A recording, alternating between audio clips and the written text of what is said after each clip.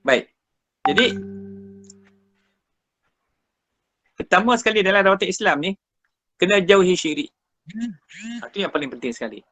Sebab syirik ni dalam perubatan ni senang sangat berlaku. Kalau utamanya bagi orang Melayu ni. Bagi kita orang Melayu ni kadang-kadang kes-kes masalah pemujaan ni terlalu teruk. Kan?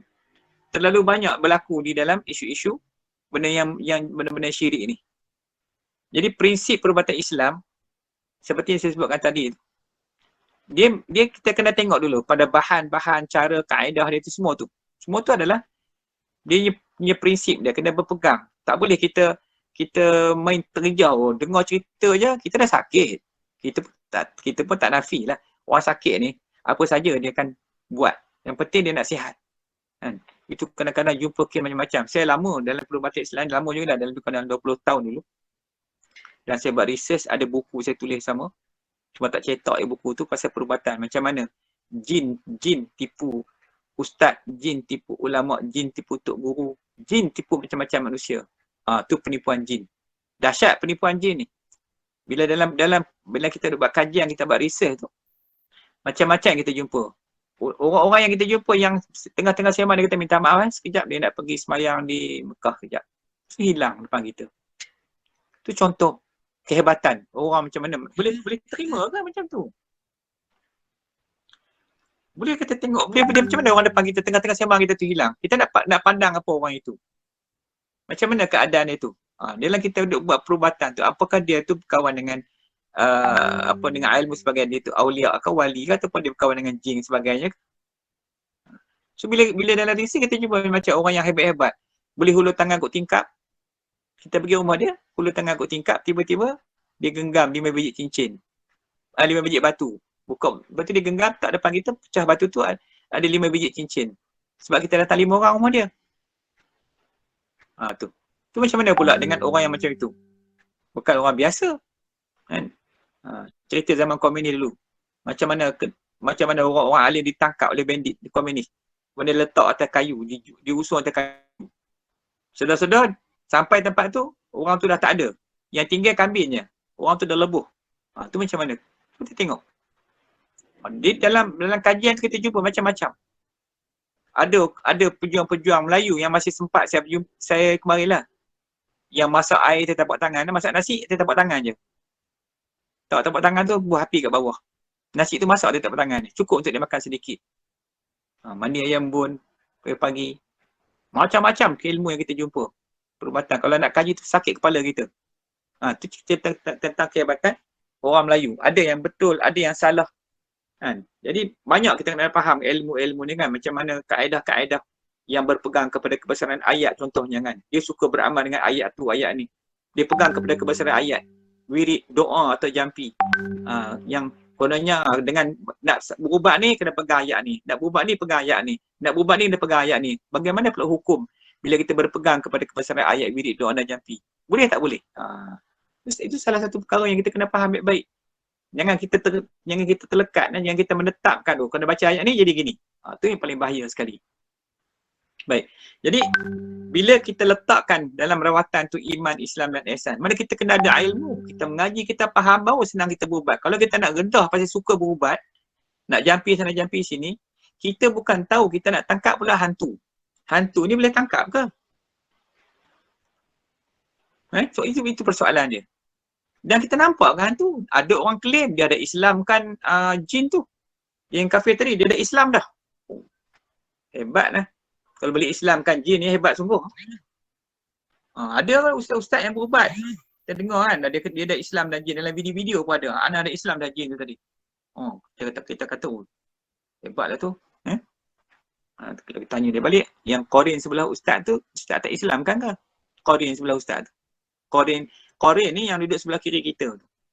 Korean ni, dia ni Iblis minta kat Tuhan. Bila Allah jadi kat Adam tu, anak Adam sekali,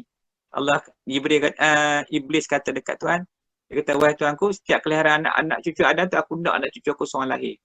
Maka tiap-tiap kali kelahiran seorang anak manusia, anak cucu Adam ni, maka Allah jadikan satu Korin. Dan Korin ni, dia keturunan Iblis yang kafir, yang akan duduk bersama dengan kita selama kita hidup sampai kita mati, maka bercerai kita dengan dia.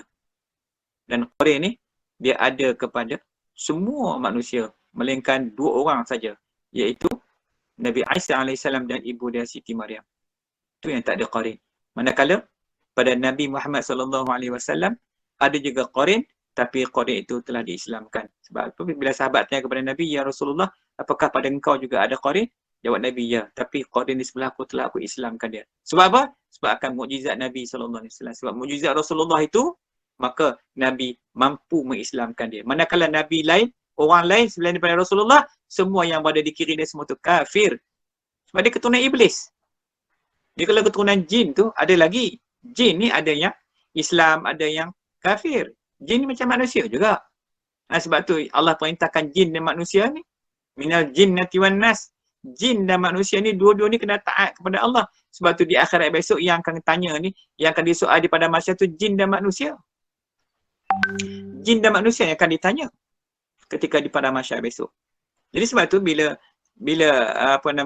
qarin ni tadi yang duduk sebelah kita tu, yang jahat manakala qarin yang baik malaikat juga ada di sebelah kanan kita.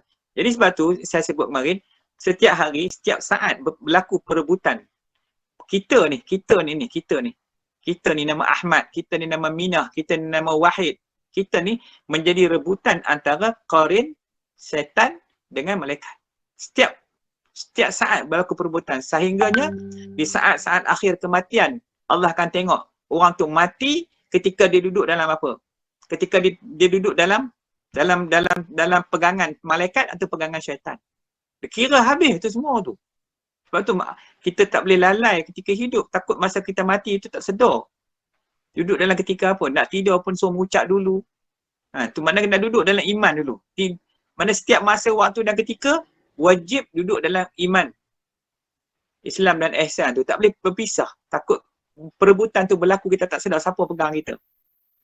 Keluar rumah sudahlah. Kemarin saya boleh cerita macam dalam hadis Nabi sebut. Kita keluar rumah tu, keluar buka pintu rumah tu, di belakang pintu tu menunggu malaikat dengan syaitan. Syaitan siap dengan tentera dia, dengan bendera dia, pegang bendera. Malaikat dengan bala tentera malaikat. Kalau kita keluar tu kerana benda yang Allah suka, yang Allah redha, maka malaikat akan sambut kita, pegang tangan kita, pimpin kita keluar sampai kita balik ke rumah. Tapi kalau kita keluar benda Allah tak suka, Allah tak redha, maka iblis akan pegang tangan kita, pegang bendera dia, bawa keluar rumah. Walaupun 10 minit keluar rumah, iblis akan pegang. Kita keluar rumah buat benda maksiat sekejap, iblis akan pegang sampai kita dihantar kita balik ke rumah. Ni bahaya dia. Sebab benda ni nak kena faham dari segi bila kita nak jadi perawat tu, ilmu macam ni kena ada, bukan takat boleh jampi je. Jampi tu jampi ni kan, ambil ayat Quran campur aduk dengan Melayunya kan. Melayunya bunyi macam-macam, kita boleh tahu kan, he tu he ni. Last sekali dengan berkat mukjizat Rasulullah. Macam tu kita baca. Jadi mula tu dah kalut dah, dah jadi karut dah. Jadi tak boleh. Kemudian selain daripada kena ada iman, Islam, ihsan, kena benar akidah dia. Akidah kena benar, kena ada i'tiqad apa? I'tiqad jazimah mutabiqal lil waqi' dalil. Jadi bila ilmu yang kita belajar sebelum ni kan, lepas ni kita nak jadi perawat Islam tu, kita dah faham dah. Kena ada i'tiqad jazam. Kenapa kena i'tiqad jazam? Takut tersilap. Takut tiba-tiba jin datang beritahu kat kita. Sebab bila kita jadi perawat nanti, kita akan berdepan dengan ayat-ayat Quran yang kita baca. Kita akan baca ayat ni, terutamanya kita akan baca suratul Fatihah, kita akan baca ayatul kursi, kita akan baca suratul Ikhlas yang biasa-biasa ni. Sedangkan pada ayat-ayat tersebut ada khadam dia. Khadam dia ada malaikat. Ada 4 khadam dia, ada malaikat. Ada 3 khadam malaikat, jin Islam, jin kafir yang duduk kat situ. Jadi kalau kita ambil ayat Quran untuk buat wirid tanpa ada ijazah, tak ada sanad, main terjah kita buka dalam Google, kemudian kita baca, lama-lama duk beramai tu jadi panas. Bunyilah dekat kampung tu. Ada satu tu, dah tak tahu apa jadi, orang kampung dah mulai heboh pekan-pekan dah. Duk cakap seorang, duk berjalan, duk tawaf pekan, kampung, jalan, cakap meracau-racau dah. Tu orang panggil apa? Orang panggil gila isim. Gila isim sebab bukan salah dia wirid ayat Quran tu, sebab pada ayat tu khadam tu menyebabkan dia panas. Kalau takkan nak baca biasa je, baca tak ada masalah apa. Lepas sembahyang baca dan sebagainya macam tak apa. Yang ni bila dia nak jadikan satu wirid khusus. Tu kita nak kena faham bab-bab macam ni. Mungkin orang tak perasan benda ni. Kan? Kalau mengaji dalam bab tu kita jumpalah macam mana benda tu jaga yang menjadikan seseorang tu jadi gila isim. Saya dulu banyaklah kes-kes ni duk berubat tu. Ya, kita tengok, tanya baca apa, kamu ambil kat mana, dia dah sedar dah. Dia cerita dia dah ambil kat orang tu, kata jangan. Mari sini balik. Ajar mengucap dia, talqin balik, syahadah balik, elok-elok, pandang balik, berhubung dengan guru balik sampai ke Nabi. InsyaAllah selamatlah kamu daripada bisikan-bisikan gangguan khadam tadi. Barulah amal lepas tu. Itu yang jadi tak boleh kita sembarangan. Jadi benda ni kena benar akidah, kita kena faham betul-betul. Dan kemudian pula dia kena faham dari segi tauhid dia, iaitu tidak berpegang kepada kuat yang ada pada ubat. Contoh dia, kuat yang ada pada Panadol boleh menyembuhkan. Pegang yang tu, habis akidah dia. Nak makan ubat boleh, tapi tidaklah Panadol itu menyembuhkan, sebab yang menyembuhkan tu adalah Allah Subhanahu Wa Taala. Kuat pada alat, contohnya naik kereta berjalan. Sebab apa kereta berjalan? Sebab ada minyak. Ya, betul cakap. Pada adatnya memang kereta berjalan sebab ada minyak. Kapal terbang tu terbang sebab ada minyak. Dia ada enjin, jet sebagainya. Pada adat, tidak pada syarak. Pada syarak yang menerbangkan kapal terbang tu adalah Allah Ta'ala dengan kudrat dan iradat Tuhan. Maka Allah kirimkan pada malaikat untuk bawa kapal terbang tu terbang. Mana ada manusia nampak malaikat dia bawa kapal terbang? Semua orang kata pakai pasal teknologi. Malam ni kita bercakap pun. Ni saya duk cakap malam ni pun. Kita cakap, sebab teknologi. No, bukan sebab teknologi. Kita bercakap malam ni, kita berkomunikasi malam ni dengan menggunakan frekuensi. Sebab dalam frekuensi itu, kalau kita tengok, dalam frekuensi itu semua ada kat situ. Maka suara kita berhubung dengan frekuensi. Siapa yang menguruskan frekuensi ni? Para malaikat Allah. Semua tentera-tentera Tuhan. Tak ada benda yang berjalan sendiri. Tak mau yang kita kata teknologi macam ni. Memang sains kata begitu. Tapi di sebalik sains tu orang tak nampak benda yang di sebalik di alam gaib tu yang menguruskan, mengendalikan benda ni adalah para malaikat Allah Subhanahu Wa Taala. Jadi bila kita berpegang, benda ni macam ni, tu dah jadi syirik. Kita kena apa pun kena balik ke Tuhan. Sebab hakikatnya pada syarak Allah lah segala-galanya. Itu yang penting mengaji tauhid tu. Supaya kita tak terikat, kita tak terlepas pandang, tak masuk dalam lubang gelap. Lubang gelap apa? Kita dah faham benda baru bagi bekas. Bila kata benda baru bagi bekas, binasalah akidah kita. Kita dah faham, pisau tu motong. Memanglah, cuba ambil pisau. Kalau kamu tak percaya, kamu ambil pisau, kamu kerat tangan kamu tu. Luka tak? Memanglah pisau tu memotong. Tapi bukan si pisau tu semua boleh potong. Kita tengok contoh api. Memanglah api tu membakar, tapi kita tengok Nabi Ibrahim. Tak terbakar pun dia api. Kan? Jadi itu contoh. Ini kena faham. So dari segi perubatan, bila seorang tu berubat orang, dia kena yakin dengan Allah menyembuhkan. Jangan rasa riak. Kadang-kadang kita ni, jin ni jahat tak jahat. Bila kita berubat orang kadang-kadang, dia tolong lagi. Dia tolong kita bagi cepat baik. Kerana dia rasuk orang tu, kita dicucuk yang orang tu suruh berubat kita. Datanglah Tok Bomo ni. Datang-datang jampi-jampi hilang. Apa tidaknya jin tu duk main dengan dia. Lama orang Tok Bomo ni, perawat ni seronok. Dia rasa excited rasa hebat dia boleh berubat orang kan. Baik. Baik. InsyaAllah juga. Tapi hati dia rasa bangga. Itu yang takut. Sebab apa? Jadi perawat ni kena hati-hati. Sebab apa? Boleh jadi dia jadi tukang hujung. Dia boleh tengok macam, ada cerita macam, depan rumah kamu tu, ada orang buat sihir kat kamu, ada orang tabur, tanah kubur dan sebagainya. Orang sakit ni pun takut lah. Tu jaga baik-baik. Ini penipuan dalam perubatan tu. Sangat dahsyat. Kena hati-hati baik-baik. Kalau tak ada ilmu tentang ketuhanan, ilmu tentang Islam, macam-macam masalah berlaku. Jadi saya dulu saya tahu lah, saya pernah terlibat dalam menangkap orang jalan sesat ni. Jadi kita jumpa macam-macam kes lah kan. Jadi pengalaman sama lah. Okey, baik. Kemudian, tidak boleh berpegang bahawa amalannya memberi bekas. Yang di bawah tu yang hijau. Tidak boleh bergantung kepada kebesaran ayat, wirid, doa atau jampinya boleh menghasilkan sembuh. Dengan sebab doa ni lah baca sembuh. Asbab tu tak apalah. Tak boleh kata ayat tu bagi bekas. Kita baca apa pun. Fatihah ke apa ke. Lepas tu berserah tawakal ta'ala Allah. Kena serah kepada Tuhan. Sebab kalau izin Allah baik. Kalau izin Allah tak baik. Kalau baik pun sebab izin Tuhan. Bukan sebab bahasa kita jampi. Kemudian, tidak boleh berpegang kaedah atau cara rawatan yang memberi bekas. Dia kata kaedah macam ni dia buat. Boleh baik. Sebab tu kadang-kadang kita kata gini. Kamu nak buat apa pun. InsyaAllah. Biiznillah. Kalau Allah izin, sembuh. Kalau Allah tak izin, saya tak boleh buat apa. Kan? Macam tu. So kita kena hati-hati bab yang apa yang melibatkan perubatan ni nah. Sebab itulah nak jadi seorang perawat Islam tersangat banyak perkara nak kena belajar. Macam ni doktor, 5 tahun pergi menjadi doktor. Nak jadi perawat Islam macam tu juga. Kena ada ilmu dulu. Jangan main tak ada ilmu nak jadi perawat pasal tok nenek kan. Ramai orang yang berubat orang sebab di kantor nenek dia. Kamu dapat ke mana ilmu kamu ni? Tok punya. Arwah tok. Dah cerita saka pula. Pasal saka tok nenek pula. Dah sakit tentu hala nak berubat tak boleh. Kita pun tanyalah. Kamu tahu ke saka ni belah siapa?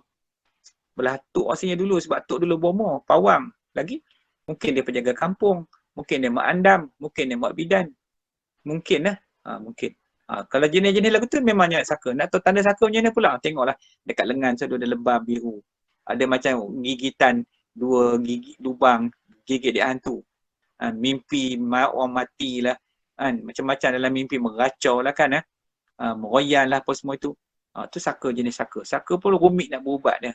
Ini doktor tak ada ubat yang ni. Memang tak ada ubat yang ni. So jadi ada kaedah dia macam mana kita nak lepaskan saka tu daripada melalui DNA orang tu.